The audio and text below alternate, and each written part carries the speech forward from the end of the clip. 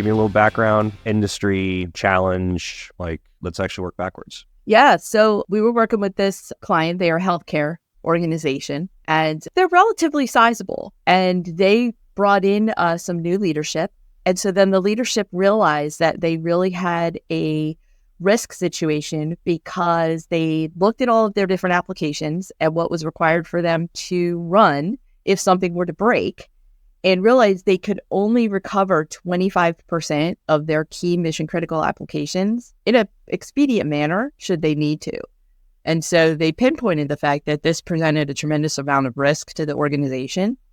And so they went out looking for a solution that would enable them to protect more of those applications that they needed, recover more quickly, and not leave a lot of it to be so manual. A lot of our processes were going to be very manual, which is what was going to take a lot of the time for recovery. So was this something that they did like an internal evaluation? They brought in a third party to go through and like help them? Because I mean, actually doing like a BCDR planning and then like figuring out risk for an organization if somebody hasn't done that before, I mean, I don't want to say it's daunting, but it is an involved, thing. Like you really do have to work your way through the organization and figuring out what's running and who's running what and how does it interact with each other. That was actually the first engagement that they had with TierPoint, was doing a BCDR analysis.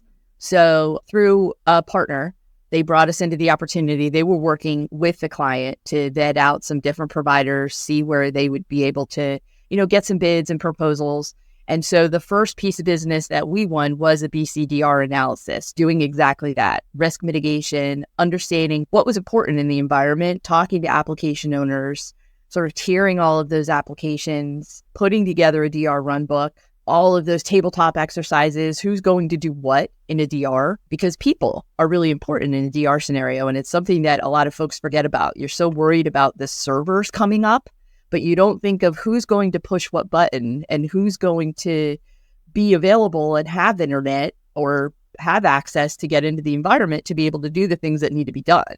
What's the actual disaster that you're recovering from, and do people actually even show up? I mean, I have an example of this from SoCal, and there was a defense contractor, and they had a BCDR plan, which was their key personnel were going to drive to their facility. And, LA, normal cases, it's like an hour and a half.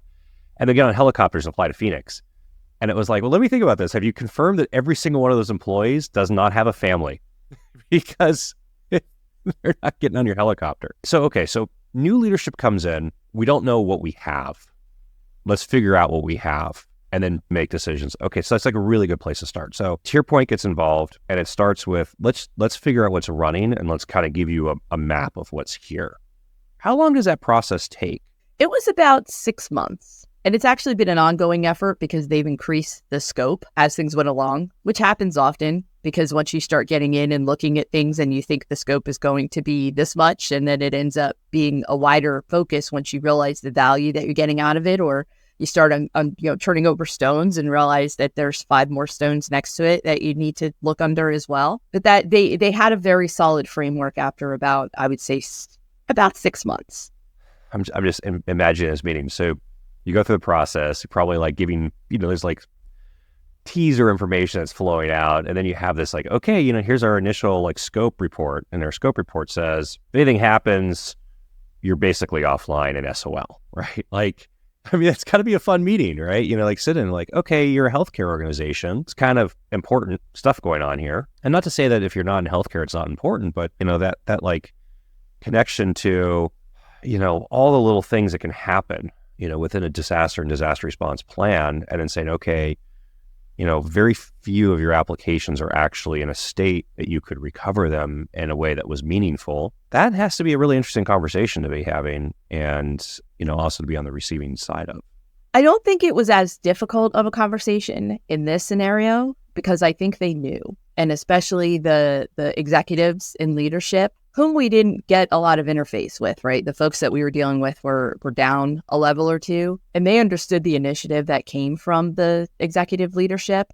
So it wasn't as tough of a conversation as someone who's not aware that they have a tremendous amount of risk. And so then you're coming in and telling them that all of their existing processes and what they're doing is for naught and everything that they've created is no good. That's a really tough conversation. But when they're aware of it and they're actively seeking someone to help them try to solve a problem, I think it's a little bit easier. So in this case, it was a little better because they were really eager to say, okay, we know something's broken. We really need a map for you to help us fix it. So healthcare, not just like a line of business leader or a CIO or CTO involved with this, probably like compliance and risk and, GRC or some other function, legal probably as well, helping to evaluate and drive this within the business? I would think so. I don't know how much we interface with like legal and those folks. We have a professional services division that actually are the ones that were hands-on, boots on the ground, talking to all of these folks to evaluate and come up with the report. We had the initial conversations to say, this is a need. Let's bring in our consultant team so that we have the right folks that can help really do the evaluation for you. A lot of it was really focused on application level. Like you're running this application. These people are using this application. This application has this need. It's running. It's got this interaction with these other things.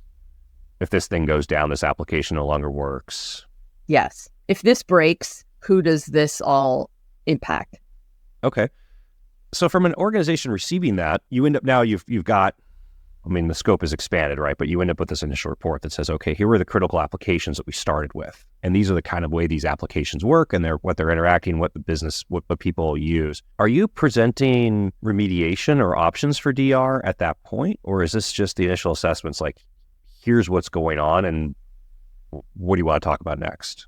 So we were doing it in parallel, ironically. So as we started to get information and they started to get information from the analysis, we were working on a design with the network and, architecture infrastructure teams on, they knew that we needed to implement something different for their environment. So we were actually working almost in parallel in creating a design while we were working on the overall assessment at the same time. There's a lot of options that enterprise has. BCDR means different things for different people, and really you're talking about like backup and then business continuity and then disaster recovery. Really almost unique domains, like one, they overlap with each other a little bit, but they mean different things. How do you align that with objectives in this process of saying, are we solving a backup problem? Are we solving a continuity problem? Like what's the line now within businesses and how do you, help people say, okay, this is the road we're going to go down?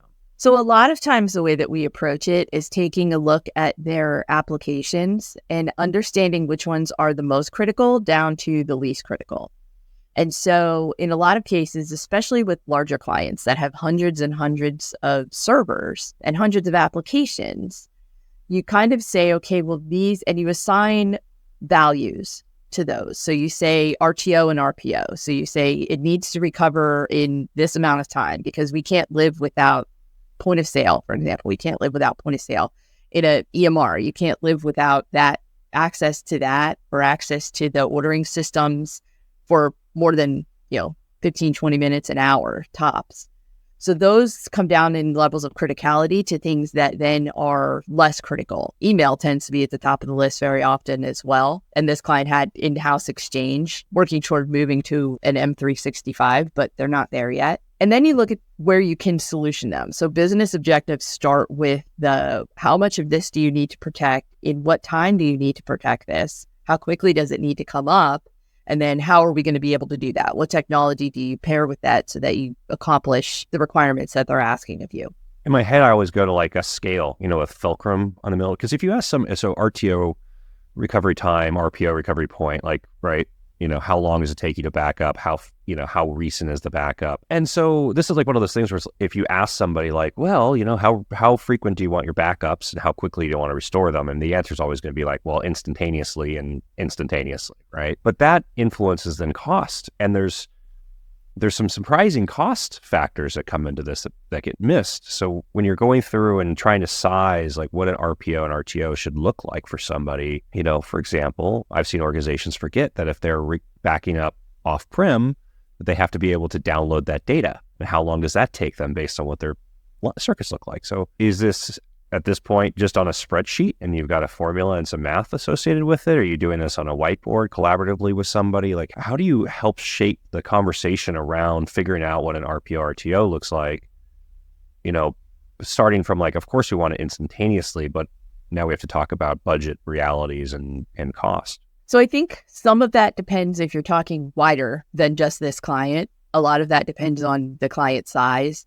I have found that when clients have hundreds, in this case, they have 600 or 700 servers, they realize that not all those servers are equal. So that makes the conversation about which ones are the most important to the least important a little bit easier. When you have more of a mid-size, that's where you start with folks that everything is equally important.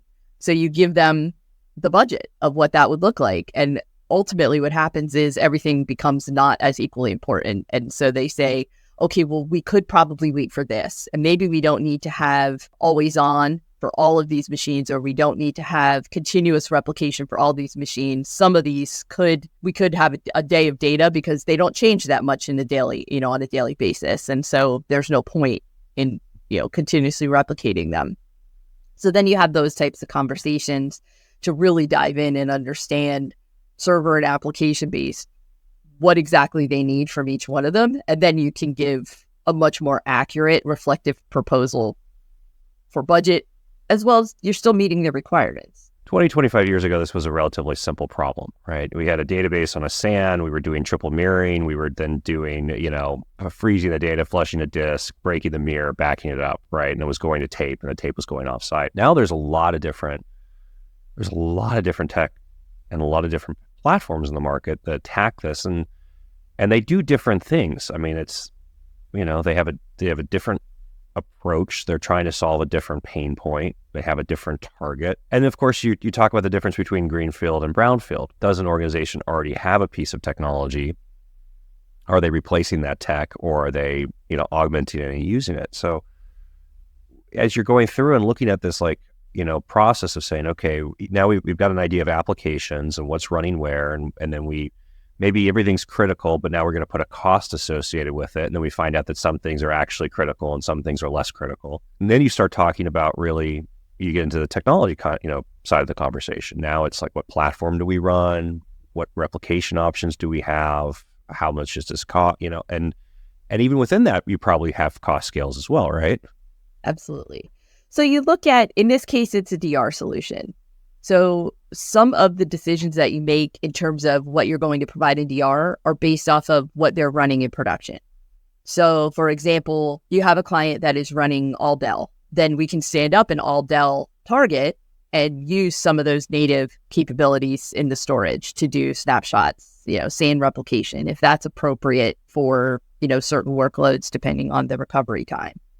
Then you would look at, where does Zerto's obviously a huge player in the DR and recovery space. So you look at where do you need to have, continuous replication where your RPOs are minutes. You're not losing very much data. Then you have a bunch of different checkpoints to go back to should you have some type of failure or a ransomware attack for that matter. You need to be able to go back to before you identified that, that bad actor was in your environment entirely. And sometimes backups aren't efficient for that.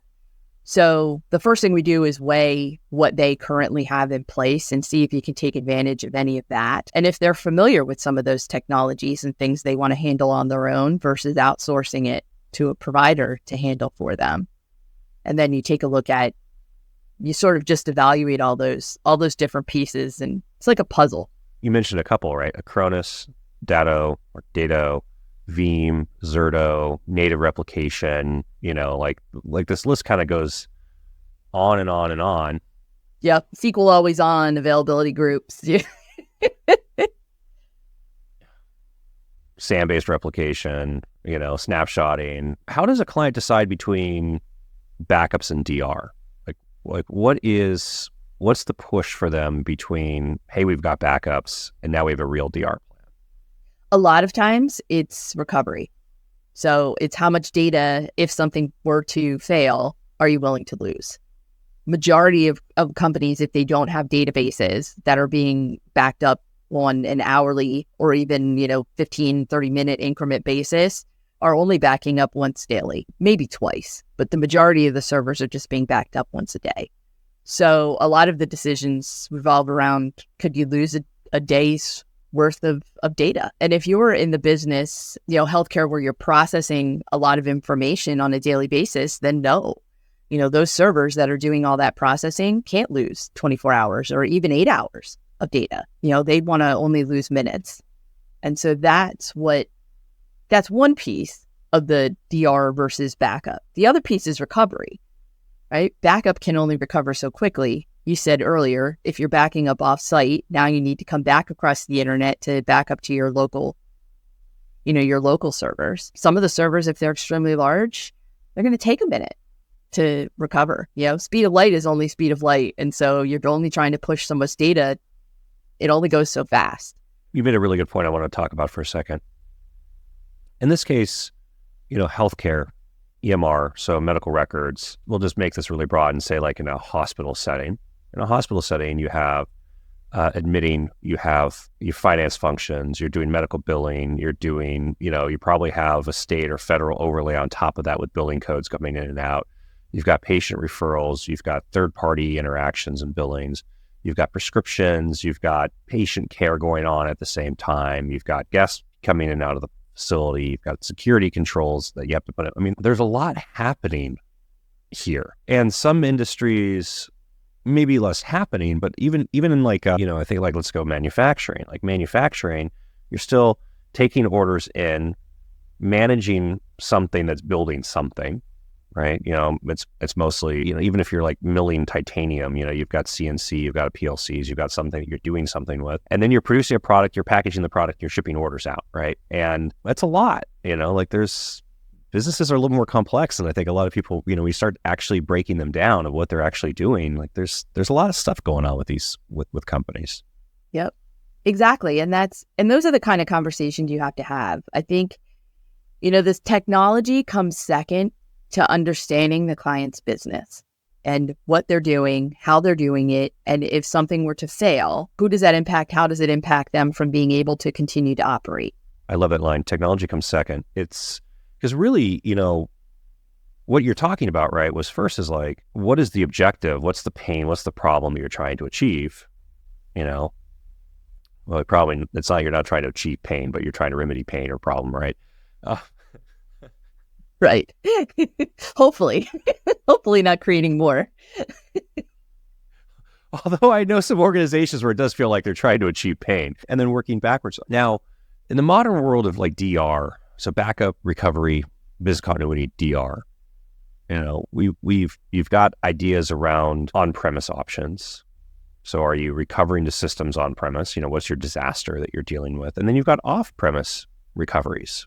And you play in both these spaces. What do you think is like the line and the over-under of an organization looking and saying, trying to decide, are they going to have an internal recovery option versus let's leverage an external recovery option? And how does that get implemented?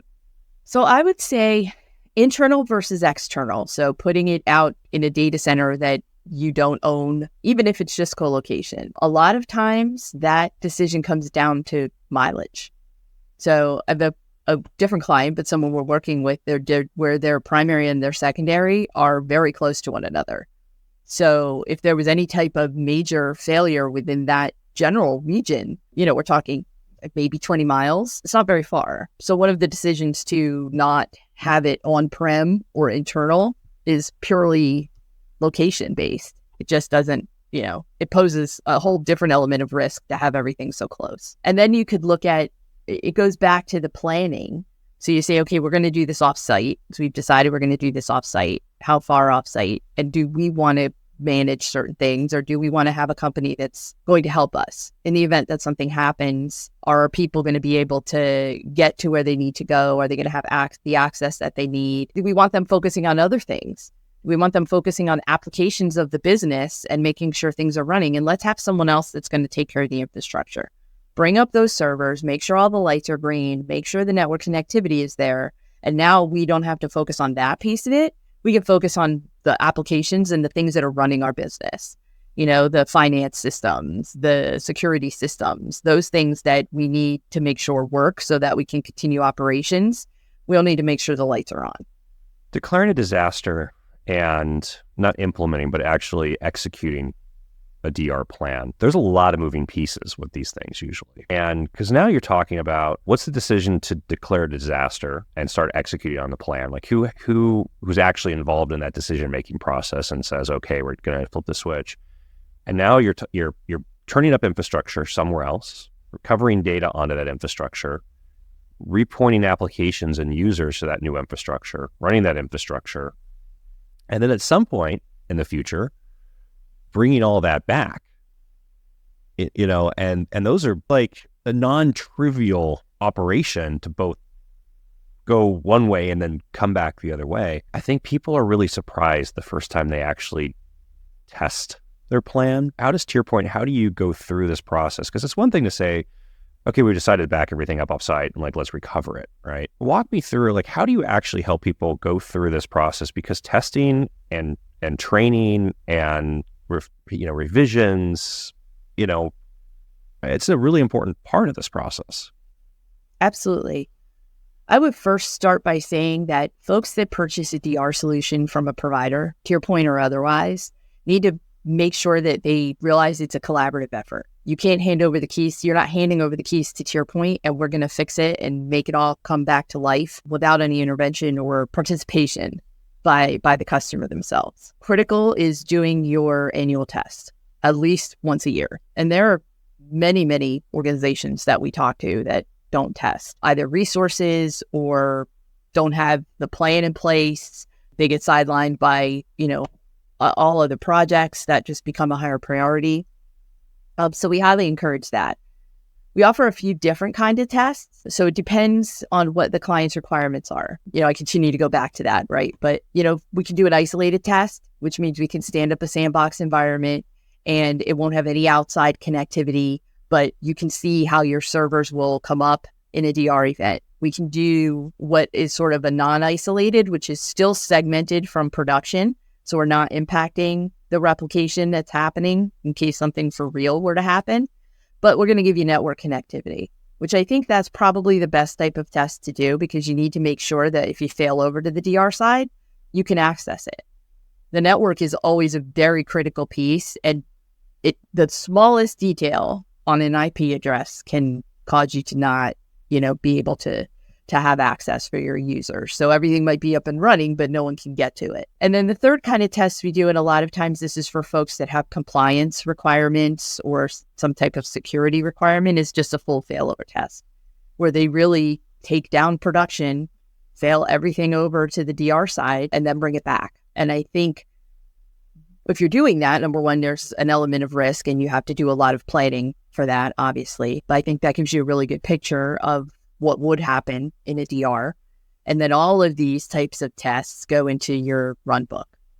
So you need to make sure your run book is up to date. You need to make sure that the steps that each person takes, so TierPoint as well as the client, what is each one doing along the path of recovery? And all of that is clearly documented. Testing is important for two reasons, right? The first one is does it actually work? And the second reason is every single time you do a test, you find something that you missed or forgot about. Because none of these environments are static.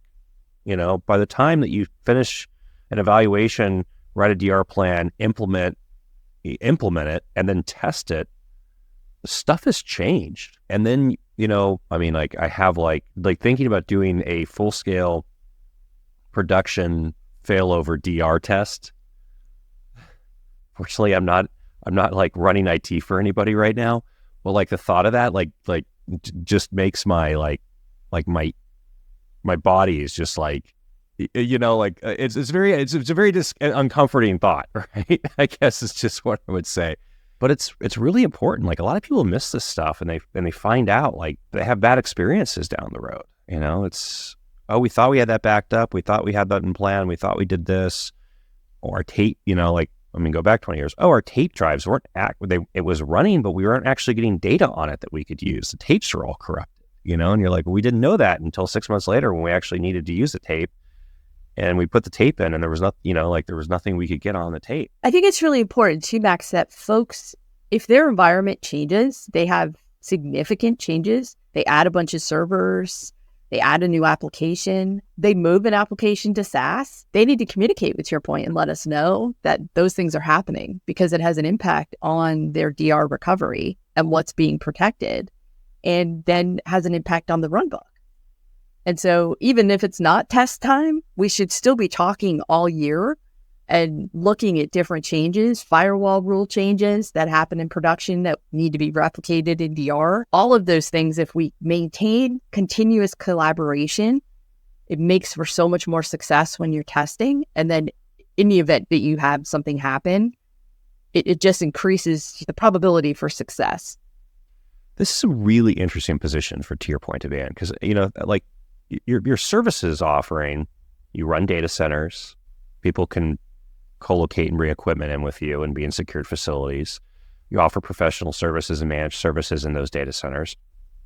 You offer, backup and BCDR, services, right? So like there's, you can exist in lots of different, like, people want different things. They need different things, right? But I mean, at some point it's like, we still want to have our servers on site because we want them physically close to us because we like them in our room downstairs. And then our fire suppression system goes off and, we lose our computer room, and we fortunately have a DR plan. And then maybe that doesn't go back on site after that experience, That happens. Yeah, a lot.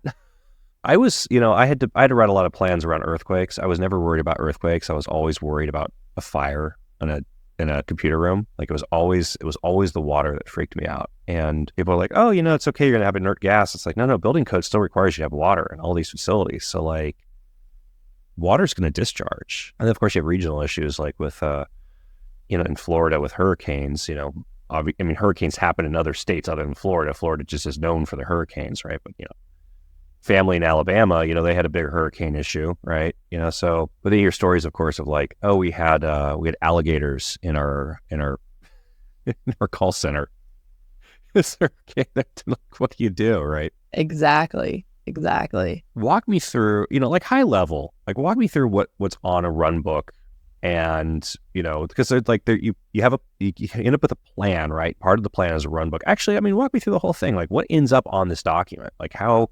Because we talk about this. Oh, by the way, I'm gonna stay still, Tara's thunder here for a second.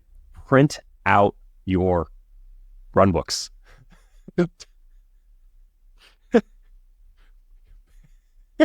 Paper. You want this stuff on paper. Trust me. Just take a tip here. Print out. You want contact information. You want the whole thing. You want it printed. You want it in a binder. You want that binder all over the place. You want it on paper. I'll just leave it at that. I'll let Tara explain more. I agree. You have no power. You can't get to it online. So what goes into a runbook is as detailed as the client wants to make it from a collaborative standpoint. From a TierPoint standpoint, we're going to list out all the network connectivity, all the IP schema that's in place. We're going to list out all of the servers that are being protected, all the IPs associated with all those servers, the boot order in the event that, it fails over, which one do we start with, and how does that flow? We're going to have the authorized contacts, because one thing we talked about earlier was who can call in and who can declare a disaster and when do they declare a disaster. And we have to have specific folks that are authorized to declare a disaster. It can't just be anyone from the company. It has to be someone who's been enlisted and is validated when they call in for security purposes for the client, that they're not, someone is just not randomly calling in to do a DR failover. So that is well documented in the runbook as well. And then in other runbooks, I've had steps where clients have to run scripts to ensure that certain applications are coming up, or in order to run some type of processes once the servers are up. And so we'll document what those scripts are going to be, that the client is going to do them. I've had us input in the runbook what those scripts are in screenshots of what that would look like and what the output should look like. So it can be extremely detailed. It could be just, well, now the customer's going to recover, from their Veeam backups. And that's a process they're going to run. They're going to point it here, et cetera, things along those lines. But it should document all of the people, it should document all of the processes, and it should document all of the systems that are going to be touched in a recovery scenario. Who's important? Who can declare disaster? Who executes the disaster? As it executes the disaster, so the recovery, right? Who says, yeah, like we can trigger the recovery? Who needs to be involved at that point? What infrastructure in what order? What things do you need to run? It's not, because it's not just turning a server on, right? Like it's not just turning a server on. There's a lot more to it than that, right? So like there is a lot more to it than that. What else needs to happen on that server? What order, right? Because things have to talk to each other when they boot. How do you validate that it's running? And how do you connect to it after it's running, right? Kind of in that process. And then probably the next steps, which are, how do you unwind all this and bring this all back after whatever's happened has been taken care of and you're back? So you hit on this again, right? Because even in saying this, you made the point that TierPoint can be as basic as we're providing infrastructure to we're helping you to we're doing it for you. And that's a pretty big range of involvement and, what kind of assistance you're giving. I think that's what differentiates us a lot of times from the competition is the fact that we're flexible. And so we have the ability within reason, I'll say, to customize solutions for a client. It's not an all or nothing, and it's not you guys, we'll give you the servers, we'll provide the infrastructure, we'll make sure the lights are on, and then you guys handle all of it. We do have a wide range, but I think that allows us to be able to really help customers achieve what they want to achieve in their budget. So folks that, can't protect everything a certain way because their budget just won't allow it, but they need to make sure that their key systems that would help them at least limp along, but continue to do business while the rest of it is being recovered. And that's all that their budget will allow at this point. We can help them do that. You mentioned SaaS earlier, and I'm going to bucket SaaS and cloud. And really, cloud is I'm just going to use like external resources that you're consuming, right? So in the Microsoft space, it's probably 365 and Azure, but it could be other things. It could be AWS, it could be GCP, it could be Oracle, it could be whatever, right? A lot of people are under the impression that by going to a SaaS application or to a cloud, that cloud or SaaS platform is providing them backups and protecting their data. But that's not necessarily true. It is not necessarily true. I would always recommend that if you're using, let's use 365 as an example, there is some level of backup that is inherent in 365 with Microsoft. But if you have the need to hold data for a longer period of time, longer than say 30, 60, 90 days, you need to have an additional backup support on that. And that could be for, whatever business. It doesn't have to be 7 years, which is the, common compliance, but a lot of folks, they may need to hold on to data if they're interacting with a client themselves for maybe a year or two, in case they have to go back to communications. Let's rephrase this a little bit here, because there's a difference between an outage or failure on a storage system on a cloud platform and what their obligations are or what expectations are to recovery. You talk about like 30, 60, 90, right? But then there you have stuff where it's like a delete is a valid operation on a platform. If a user presses a delete button, delete is valid. It's going to delete, but maybe you didn't want delete. And so how you recover from delete becomes interesting for people, right? It's not, because then you've got this, these concepts of like, do you have the equivalent of like a trash bin or a recycle bin? Who has access to that trash bin and that recycle bin? Is it the user? Is it the administrator? Like, how long is that retained for? Exactly. So I find that surprises people a little bit when they get into this. So, so right now, like with this organization, you're talking about on-prem and they're migrating, they're in the process also of going from an on-prem Exchange infrastructure. And I have nightmares from PrivyDB corruption. So they're moving into 365.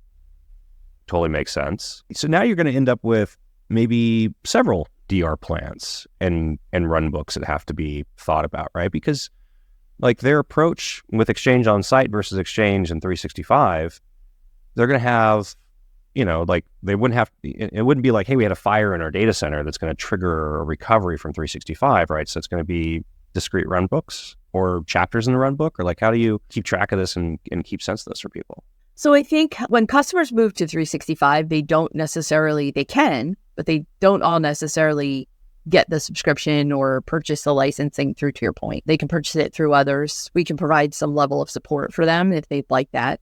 We can provide backup for it if they would like us to do that. In an outage in production, they are out in 365. There probably should be a mention in the run book about 365 and testing to make sure that the mail is working.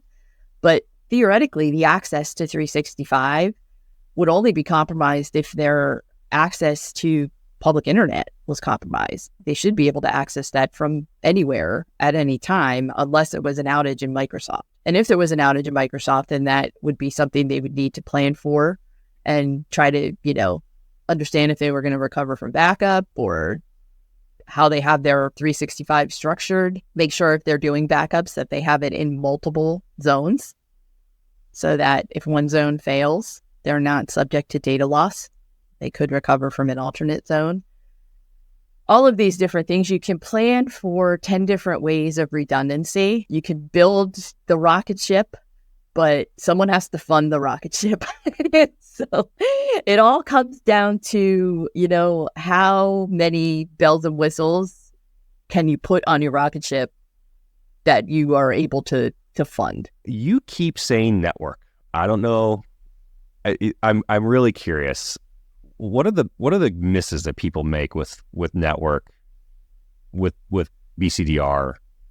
Because it's, network's important. You have to connect to it. You have to have application. Do you have continuity? Do you have enough speed, right? They're kind of like flirting around this a little bit. And I'm getting the sense that there's some war stories here a little bit. Always. And I'd say over the years, I've learned to make sure that we place a huge priority on understanding the network. Because I think one of the common mistakes is you focus on from the primary site, how folks, if they were at the primary site, how they would access the secondary site. But in today's world, there's a lot of remote users. There's a lot of VDI. And so you need to make sure that you plan for that VDI infrastructure to come up at the secondary site. And that is entirely different segment of recovery than just recovering your servers that are running your everyday, work applications. And so those are keys. Then you consider, so when I think network, I think, bandwidth. Make sure you have enough bandwidth or you have flexible bandwidth at the DR site, because if you have 500 folks that are coming into production at any given time and you're running a gig in production and then you think, well, I'm just going to do, 200 megs in the DR site because I don't really need to. And I have a direct pipe that's running from primary to secondary, but you don't think about the folks that need to use the internet to get to that in the event of a failure. Then you create a bottleneck unless it can expand. So it's all of these different things that you need to consider. And then next you add in security. So you have everything built very strictly at the production site. Everything's locked down. Are you making sure that all those same rules and policies are on the DR side? Because if folks have to run there even a couple of days, are they as well protected as they are in production? We've talked about DR planning from traditional outages. You mentioned really early on with this talking about ransomware. I'd like to talk more about this because this ransomware is a big driver for people within DR now, but it introduces another vector, which is identifying where your clean data actually is, and then being able to, so that's a little bit of it's not as simple as just saying, hey, we're going to pull DR, right? There's a little bit more that has to happen with that. Assume I know nothing. And from the top, how the company is looking at this from a risk standpoint of building a plan around protection against ransomware. So that way they had it. How does that get approached? And how do you figure out then we can recover or we can't recover or we have good data or we don't have good data? So the first thing that we want to understand is if they have cybersecurity insurance, because if they have some level of cybersecurity insurance and they do have a ransomware attack, we need to be very cognizant of what the rules are under that insurance. So you can't just go and enact a recovery plan. You need to make sure you're working with the insurance provider on what steps that they deem to be relevant in a recovery so that they will provide the coverage that the client is looking for. We've had a few situations in recent, months with clients that had this scenario and they were, without operations for a little bit of time, but they had to go through the sequences that were required by the cybersecurity company, and they had to bring in consultants that were helping to map what the recovery steps would look like. The next piece to that is understanding what security systems they have in place so that hopefully those systems, that whether they have a SIM or they have some type of, MDR or whatever the case may be, that enables us to go back into the logs to try to identify at what point they were breached. Because that will give you the signal to understand when you are able to go back and recover to and where you may have, clean data from. And it could be days, it could be weeks, it could be months. And so it depends. And then from there, work alongside to see what is going to be the best way to do a recovery. So depending on technology, a lot of clients end up having to recover from backup because that's the only data that they have that goes back that far. You're doing a continuous replication, say you're using something like Zerto, the maximum you're saving there is 30 days of checkpoints, if you're lucky. And so that doesn't tend to be a reliable mode for recovery in a ransomware situation, depending on how long the intruder was in your environment. There's a lot that goes into it if there's a ransomware situation. And what we do is we try to work with the client to prepare them the best that we can. Sort of give them a layered approach. We'll give you if hopefully you can recover quickly. Hopefully you have tools that can log and understand that your environment's been breached very quickly. So then it gives the ability to react really quickly. And so folks aren't fishing around in your environment for, weeks, gathering all kinds of data that they shouldn't be. So it's not even just a combination of DR at that point when you're putting together a full plan. It's security and it's a full solution on the production side. It's an interesting kind of footnote at the end there of not trying to, it wasn't a comment around focusing on preventing a breach. It was how quickly can you identify the breach and know where you have good data. And the faster that you can find and identify that, the better off you are. Because then you get into, the other side of it, which is, stories and scenarios where somebody does get onto a network and breaches a network and corrupts the backup system as well. And right, because if the enterprise doesn't have a valid backup anymore, right, the ransom is more effective, right? And so then you get into, different technologies that can help try to prevent that from occurring as well. So there's all these like levels of risk, right? And then there's like risk, and then there's objective, and then there's cost. And it's like kind of doing like the wave dance, right? Trying to figure out. Yeah. For companies that haven't had a disaster, they haven't had a natural disaster, they haven't had a localized disaster, they haven't had data loss disaster, they haven't had a disaster. For companies that haven't had a disaster or a ransomware attack, you can get into a skewed perception of risk then because it hasn't occurred to you yet. And it's like, okay, this maybe isn't as big of a deal. How do you deal with that? Because this is really important for an enterprise to have, but if they haven't experienced disaster, then it's like, how do they measure their risk? And the likelihood of that risk, changes because we're dealing with people, and the perception, right, is my experience, and there's a recency bias. What's the right approach to take with that? So there's two ways, and sometimes it's that this is a huge challenge because DR is an insurance policy. When push comes to shove, it's a cost.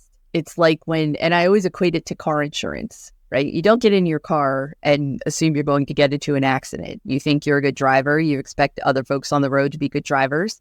And so you have no expectation of getting into any type of accident that you would need to use your insurance. Yet we all have very good we all have insurance. DR is very similar.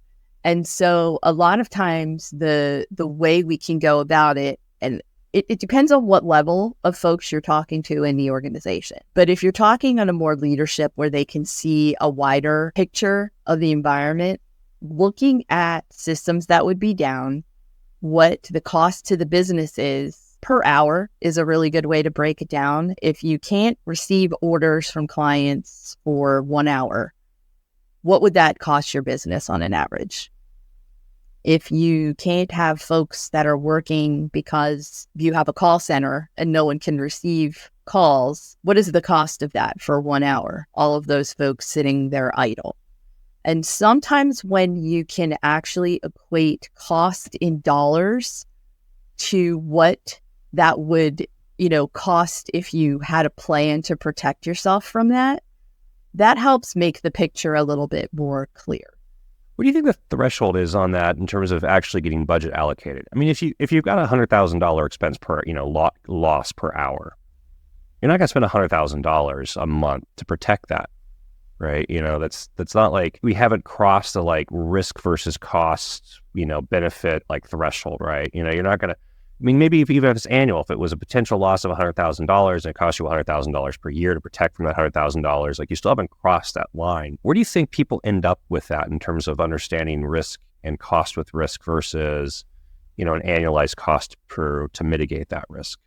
So I think you have to estimate. And so a lot of times, worst case, you say you could be down for 30 days, or you could say you could be down for a week, whatever metric they think is appropriate. I was like months. I was to work in round numbers. And then even if you annualize that and say, okay, you're not going to be down for a whole year, but worst case, hopefully you're not down more than a week. And so then you could break it out, and you just look at the numbers. I've found it seems like depending on the organization and if those that are really not seeing the risk, maybe you can get a 10% of what their downtime, if folks can quantify what that downtime would be in dollars and cents, which is very challenging. It's challenging to get those numbers. It's challenging to look at it in that fashion, because in order to do that comparison, you need the client to be able to identify those metrics. A lot of times what I find is we start small and we grow. So rather than doing a full DR plan for someone like that, you may offer them a target place for them to recover their backups to, and you start there. I mean, some industries are easy to do this, right? If you're in e-commerce, if you've got a retail and you have a point of sales, like you already have this metric. I mean, your revenue per hour because it's just something you're tracking anyways for the business.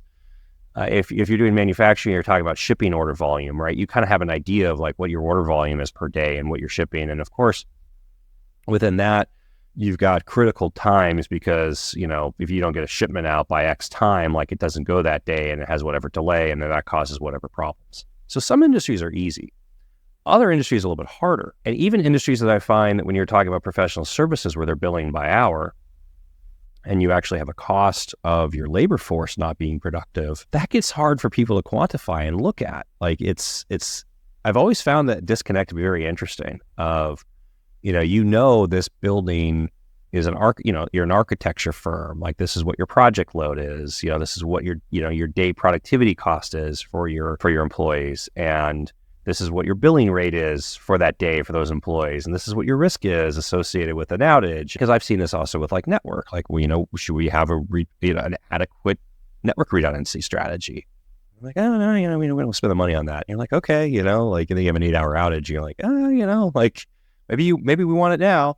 It was really frustrating for me years ago, but like understanding the psychology around it a little bit more of like just that recency bias and perception and like not actually having like until you're out roller skating and you fall and you scrape your knees, you don't necessarily wear, knee pads, right? And then the first time you do it, you're like, yeah, I really should probably wear knee pads. Yeah, and I found it very challenging to get those numbers. Either you're not working with the folks within the organization that would have access to that information, or sometimes they're not necessarily willing to share. But I think there's other reasons for that. It goes down to, how much trust have you built with your client? And are you working in collaboration and partnership in trying to find a resolution to their issue? And I always view it as we're trying to help. And if we need to help you build a business case in order to get you the budget that you're looking for, we'll do whatever calculations we need to, or, make things work to try to fit within the budget and build the story that shows why you need this, what the ramifications are if you don't do this, and this is how much it would cost, and this is the value that you're building behind it. For the most part, I find that IT teams and IT practitioners are really trying to help and like support the business that they're like 99% of the time, I find like the IT teams are really actually trying to do something to help the business. But I notice consistently a disconnect between IT and the business at large, and we speak different languages, right? And it gets insular, and like the business doesn't understand IT doesn't understand the business, and vice versa.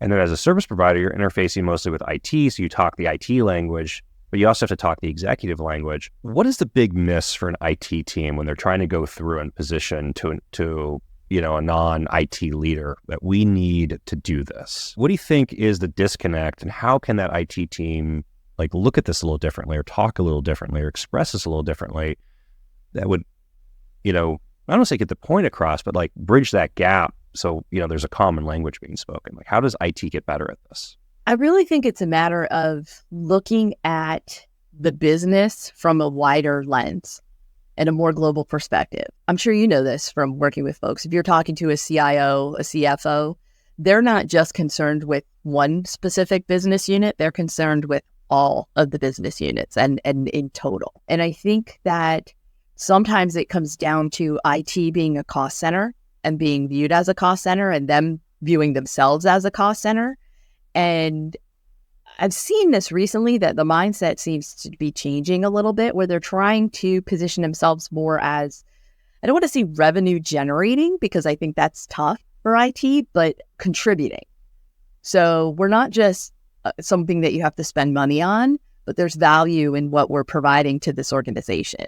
And we can make things more efficient, and we can make things more effective, and we can help the business, run more effectively, more efficiently. And that translates into dollars, and they may not know what those dollars are per se, but conveying it from a message, something along those lines, I think is proving to be a little bit more effective for IT departments to say upstream, let me not just give you, here's 3 bids. This one is the lowest. These 3 bids are different because this company is going to do X, this company is going to do Y, and this company is going to do X, Y, and Z. And so while X, Y, and Z may cost a few dollars more than the Y, but look at everything we're getting out of this. And I think sometimes that's the miss. It just comes down to bottom line instead of wrapping around where all the value is. I know an executive many, many, many years, and I want to say about a decade ago, he was at a company, and I don't want to say like he snapped, but his reaction was really funny because it was in this normal conversation of like, oh, IT's so expensive. And he's like, no, IT doesn't cost anything. He's like, you just bought 25 laptops. Like, you're expensive. and I think the epiphany for him was really understanding how to shift that mentality around like, okay, I might run the budget, the rec, I might do the purchasing, I might do the, configuration, we might do the deployment. But like, we didn't like this budget doesn't live with us, like if you're, in revenue or marketing or operations or whatever it actually was, and you went out and you hired 200 people, I didn't hire 200 people and buy them equipment. It was more, and it kicked off a really big effort on his part to, I think, get everything off of his line on the spreadsheet and onto other people. So that way it was like, and it ended up working out really well for them because it became that thing. In the process of doing that, the IT team got very entrenched in the different business lines. And then the evaluation for the company started becoming, we need to do something, and how do we actually do that? And like, IT was in a resource to figure out how to do that, not like you're the trolls in the basement that are really expensive. And it really took looking at the business and how they were approaching it very differently. And, it took him kind of having this moment of like really extreme pushback around, and you said it's like not revenue generating, it's like revenue enablement, right? Like business enablement, IT is really like business enabling function. You have to have electricity. Well, you have to have computers. It's Right. And they have to run. And if someone can't access, there needs to be someone there to help fix it. I'm so tempted to ask you for a horror story, but I don't know if I want to go negative. I'm sure there's No, let's not. I'm sure there's more than one. I mean, maybe this is stat. I don't know if you can say this or not, but I mean, within the TierPoint footprint, how many disasters, or let's say like how many triggered disasters are you helping with people annually, right? Because again, perception becomes the disaster is the hurricane that comes through Florida, or the disaster is the earthquake that happens in Los Angeles, or this or that or the next thing. But like disasters happen all the time, and like what is like how many of these are you seeing, on whatever period of time? Well, I don't know a number around that, but I can give you a very recent example. And I don't know if I can use the name, but there was a very recent incident that occurred that took down a lot of folks globally. And so while we don't partner with that company, a lot of our clients do. And so that is a reflection of something that is a disaster, right? Because systems were not working. Windows machines were not working. Blue screens all over the place. And so that was a situation where folks maybe didn't need to fail over to a DR, but they had a very large issue. And so what I can tell you about that is for any of the clients that we provide OS management to, but I think we've received well over 3,000 alerts once everything, once that update was pushed out. And we don't use the software. We don't partner with folks, but our customers do. And so it became an effort from a TierPoint side to help our customers recover from backups, reboot their Windows, revert back to an earlier version of Windows, go in and take the file out that was causing the issue. All of those types of remedies that needed to happen, our teams hopped in and supported clients to be able to get back up and running, even though it was not caused by us. And there really is no run book for that kind of scenario. Our teams were there and were able to really support our clients that had, severe issues in a time that was very problematic. It's such a good example, actually. I want to talk about this for a little bit. Okay, so the estimate's 8.5 million Windows-based computers are affected by a software update from another piece of software that ends up with the machine's blue screen and requiring manual intervention to recover. If you read the news and you dig into this a little bit, you can see on an industry basis, some industries really affected, which of course have really big impacts down into like the day-to-day lives of normal people, and whether that's pick an industry. And then of course, within those industries, you can see examples of companies that had effective DR plans in place and others that did not have effective DR plans. And of course, the ones without the effective DR plans are saying, hey, it wasn't our fault, it was these guys' fault. And of course, the reaction to that is like, well, your competitors were okay because they had a plan in place. And it's such a good example to talk about because, do you know who to call? Can you get access to the do you have paper?